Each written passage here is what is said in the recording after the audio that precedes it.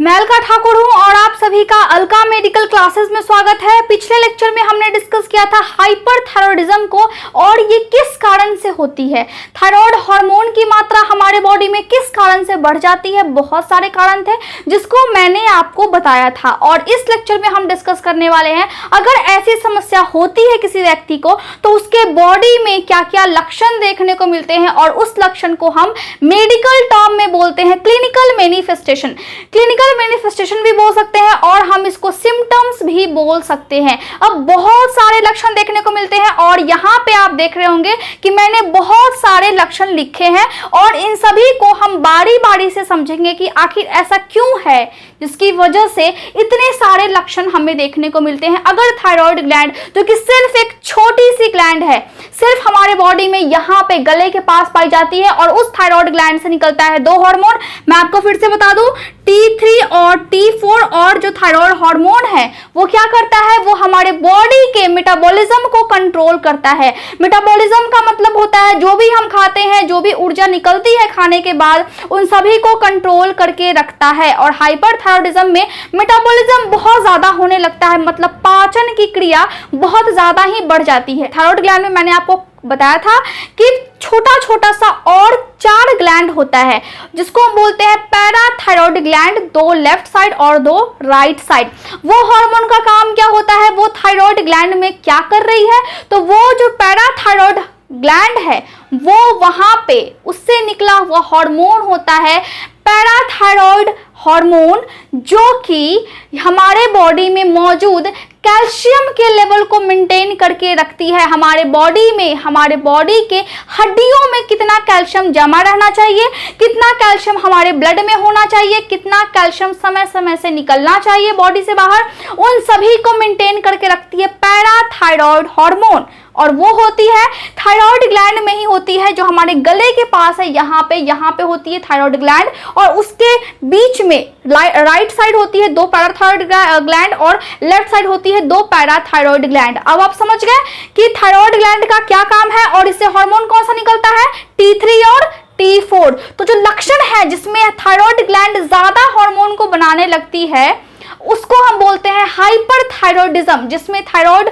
Hormone ज्यादा बनती है। अब थायराइड हार्मोन को, थायराइड ग्लैंड को कंट्रोल कौन करता है हार्मोन बनाने के लिए, हमारे ब्रेन में मौजूद हाइपोथैलेमस और pituitary gland. Hypothalamus pituitary gland को भेजता है सिग्नल, मैंने आपको कल भी बताया था, और उसके बाद जो पिट्यूटरी ग्लैंड है वो फिर इंस्ट्रक्शन देती है हमारे थायराइड ग्लैंड को और हमारा थायराइड ग्लैंड बनाता है थायराइड हार्मोन को। ब्लड में मौजूद जो भी आयोडीन होता है उसको थायराइड ग्लैंड खींच करके अपने में यहाँ पे गले के पास जमा रखता है जिससे कि वो थायराइड हार्मोन बना सके। ठीक है, इतनी बात आप समझ गए।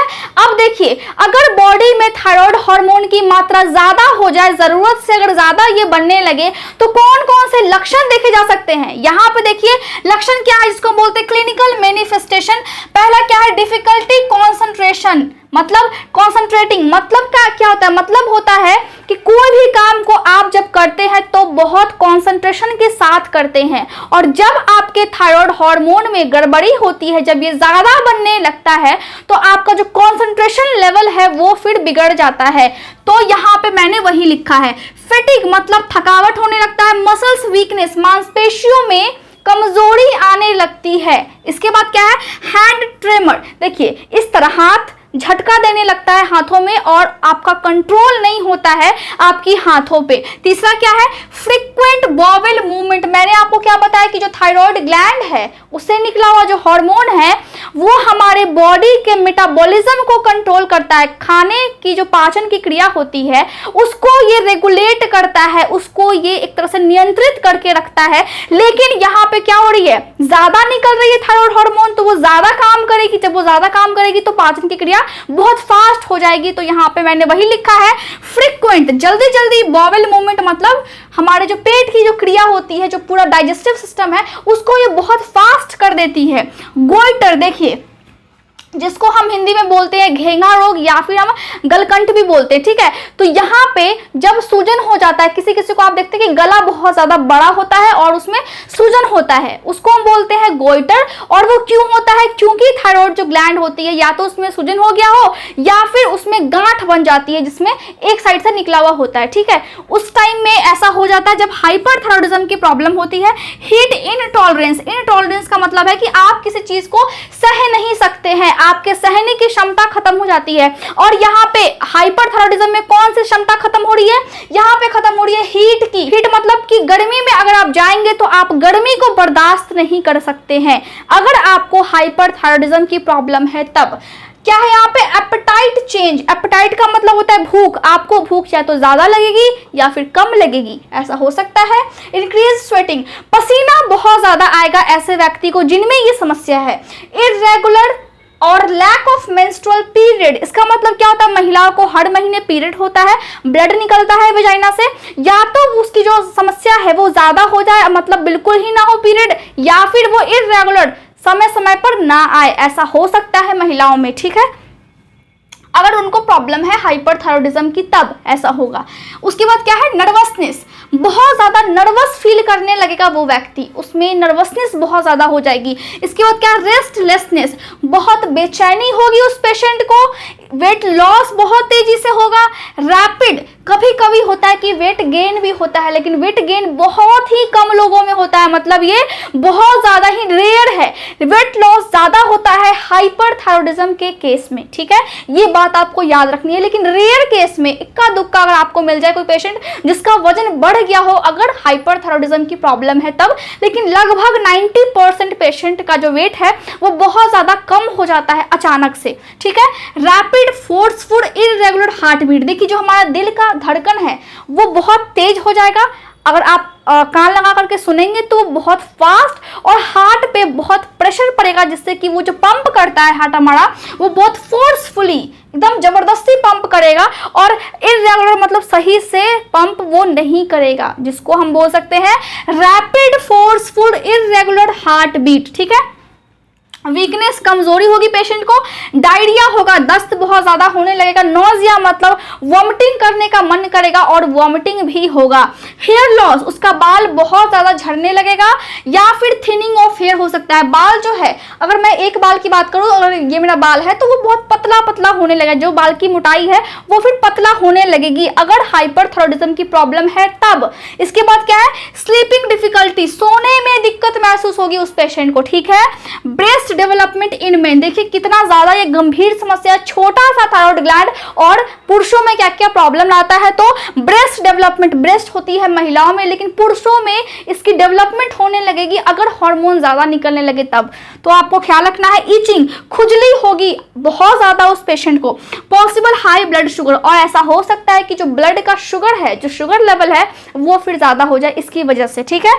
प्रोट्रूडिंग आई, आंख आगे की तरफ निकला हुआ दिखेगा उस पेशेंट में जिसको हाइपरथायराइडिज्म की प्रॉब्लम है। मान लीजिए कि आपको ये सभी लक्षण देखने को मिलते हैं आपके बॉडी में, तो आप जाएंगे भागे भागे डॉक्टर के पास, और वहां पे आपके साथ कौन कौन से टेस्ट होंगे, तो उन सभी टेस्ट को हम साथ में क्या बोलते हैं? उन सभी टेस्ट को हम बोलते हैं डायग्नोस्टिक इवैल्यूएशन, जहां पे मैंने लिखा है यहाँ पे, ठीक है। अब डायग्नोस्टिक इवैल्यूएशन में भी कौन कौन से टेस्ट है जरा हम उनको देख लें। पहला टेस्ट क्या है? पहला टेस्ट अगर हम देखें तो यहाँ पे देखिए medical history and physical exam. इसका क्या मतलब है? इसका मतलब है कि आपसे ये पूछा जाएगा कि क्या आपके माता पिता को ऐसी समस्या थी, क्या आपके बॉडी में पहले कभी थायराइड ग्लैंड में प्रॉब्लम हुई है, क्या आपके ब्रेन में प्रॉब्लम हुई है, क्या आपके हाइपोथैलेमस में प्रॉब्लम हुई है, क्या आपके पिट्यूटरी में प्रॉब्लम हुई है।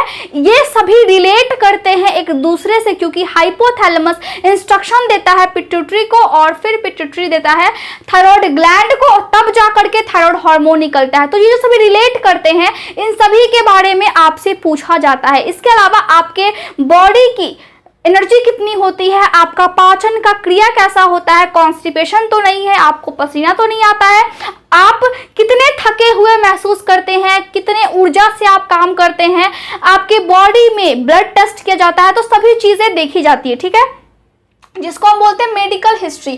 फिजिकल एग्जाम आपकी बॉडी को ऊपर से चेक करते हैं, आपका हार्ट बीट चेक करते हैं, आपका पल्स रेट चेक करते हैं, आपका बीपी ना मापते हैं वो, इसके अलावा आपके बॉडी का पीएच भी लेते हैं और साथ ही ऊपर से देखते हैं कोई वहां पे लीजन्स तो नहीं बन रहा है, मतलब छोटा छोटा टाइप का गांठ तो नहीं बन रहा है, आपके बॉडी में रैशेस तो नहीं हो रहे हैं बॉडी में, और ऊपर से स्किन का कलर कैसा है, आपके आंखों की कलर कैसी है, आपका दांत का कलर कैसा है, आपका पूरा जो स्किन है वो कितना है, सूखा हुआ है, ड्राई है बहुत ज्यादा, या फिर बिल्कुल ठीक है, नॉर्मल है, या फिर बहुत ज्यादा ही ऑयली है। तो इन सभी चीजों को देखते हैं ऊपर से, उसको हम बोलते हैं फिजिकल एग्जाम। ठीक है, इसके बाद देखते हैं ब्लड टेस्ट होता है। अब ब्लड टेस्ट में हम जानते हैं कि थायराइड हार्मोन अगर होगी तो वो ब्लड में ही निकलेगी ना, तो T3 और TH अगर ब्लड में है, ठीक है, और T3 और TH की मात्रा जो कि थायराइड हार्मोन है उसकी मात्रा TSH से ज्यादा हो जाए, इसका मतलब क्या है, देखिए जो हमारा हाइपोथैलेमस था, यहाँ पे मैं लिखूं H और ये इंस्ट्रक्शन देता है पिट्यूटरी को, यहाँ पे मैंने लिखूं P और ये फिर इंस्ट्रक्शन देता है थायराइड ग्लैंड को, तो यहाँ पे मैं लिखूं क्या T। जो हाइपोथैलेमस है वो निकालती है कौन सी hormone, TRH, thyroid releasing hormone ये निकालती है, पिट्यूटरी ग्लैंड क्या निकालती है, TSH, ठीक है, और थायराइड ग्लैंड क्या निकालती है, ये निकालती है T3 और T4, यहाँ पे 3 से बड़ा होगा, T3 और T4, यहाँ पे मैं H को ठीक कर दूं। चलिए यहाँ पे देखिए जो हाइपोथैलेमस है उसने क्या निकाला, TRH, मतलब थायराइड रिलीजिंग हार्मोन। ये बोल रहा है इसको कि थायराइड रिलीजिंग हार्मोन, यानी कि इस हार्मोन को जो रिलीज कौन करवाता है, ये करवाता है, तो ये हार्मोन आप निकालें।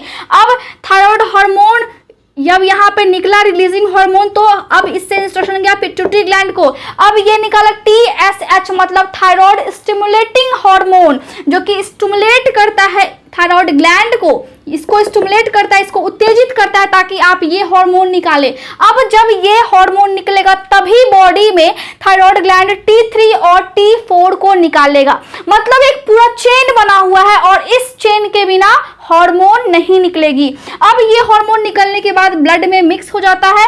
अब जब हम ब्लड टेस्ट करते हैं तो ब्लड में अगर ये हार्मोन की मात्रा इस हार्मोन से ज्यादा होती है तो हाइपरथायराइडिज्म की प्रॉब्लम होती है। अब आप समझ गए, ठीक है। चलिए इसके बाद क्या है, थायराइड स्टिमुलेटिंग इम्यूनोग्लोबुलिन टेस्ट। देखिए इसमें हम क्या देखते हैं, इसमें हम देखते हैं कि थायराइड स्टिमुलेटिंग इम्यूनोग्लोबुलिन बॉडी में अगर ये वाली जो हार्मोन है वो बहुत ज्यादा अगर बन रही है तो क्या होगा, तो ये जो हार्मोन है वो ज्यादा इसको निकलने के लिए उत्तेजित करेगी, जिससे कि बॉडी में समस्या हो सकती है, हाइपरथायराइडिज्म की प्रॉब्लम हो सकती है।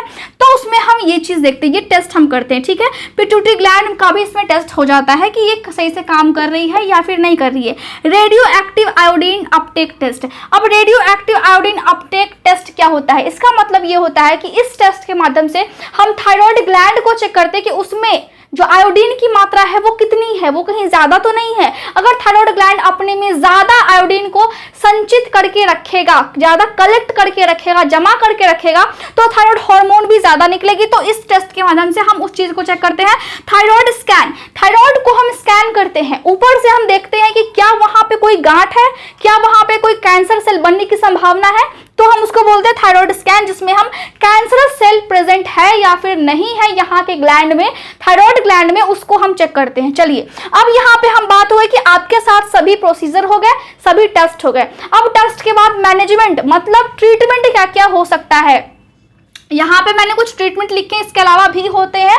प्रॉब्लम्स के ऊपर डिपेंड करता है, जितनी ज्यादा प्रॉब्लम उतनी ज्यादा आपको मेडिसिन खानी पड़ेगी, उतना ज्यादा आपका इलाज होगा, उतने तरीके से होगा, ठीक है। तो यहाँ पे नॉर्मली हम देखते हैं तो एंटी थायराइड मेडिकेशन, अगर थायराइड है तो उस थायराइड को काटने के लिए हम मेडिसिन देते हैं, उसको हम बोलते हैं एंटी थायराइड मेडिकेशन, ठीक है। बीटा ब्लॉकर्स हम दे सकते हैं, इसके अलावा बीटा ब्लॉकर्स में बहुत सारी मेडिसिन आती है, इसमें भी बहुत सारी मेडिसिन आती है।